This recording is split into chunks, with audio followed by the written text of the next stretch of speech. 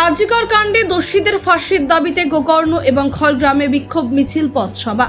আরজিকর কাণ্ডে দোষীদের ফাঁসির দাবিতে কান্দির গোকর্ণ সচেতন নাগরিকের পক্ষ থেকে কার্তিকডাঙ্গা থেকে গোকর্ণ বাস স্ট্যান্ড বাইনপাড়া হসপিটালের সামনে দিয়ে বিক্ষোভ মিছিল করা হয়।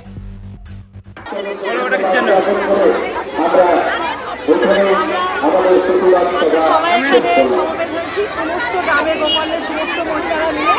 এখানে আমরা একটা মহিলাদের যে অন্যায়, একটা মহিলার উপর যে ধর্ষণকারী অন্যায় অত্যাচার হয়েছে তার বিরুদ্ধে আমরা সমস্ত গ্রামবাসী চাই যে ধর্ষণকারী আজ আমাদের একটা মেয়েদেরকে নিয়ে এই যে এত বড় অপরাধ করেছে তার বিচার চাই। শুধু আজকে ওনার না, উনি একটা ডক্টর, যিনি হচ্ছে আমাদের সবার সেবা করেন, কিন্তু কি আমাদের সমাজে যারা ধর্ষণকারী তাদেরকে কি সেবার পরিবর্তে তাদেরকে ধর্ষণ করে তাদেরকে অন্যায় অত্যাচার করে মেরে ফেলেছে।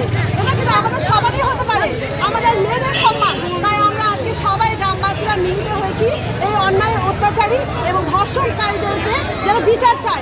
আমরা সবাই মনে প্রাণে চাই ওই ধর্ষণকারীদের যেন অপরাধের শাস্তি চাই, আমরা ফাঁসি চাই। অন্যদিকে মুর্শিদাবাদ জেলার খড়গ্রামের নগর ব্লক মোড় থেকে কীর্তিপুর পঞ্চায়েত অফিস অবধি প্রতিবাদ মিছিল করে বাম ও কংগ্রেস। এই মিছিলে উপস্থিত ছিলেন কংগ্রেসের ব্লক সভাপতি আবুল কাসেম, যুব সভাপতি সামিম কোভিদ, ভরত ঘোষ, সিপিআইএমের এরিয়ার কমিটির সম্পাদক বিশ্বনাথ ঘোষ ও কংগ্রেস সিপিএমের নেতৃত্ববৃন্দ।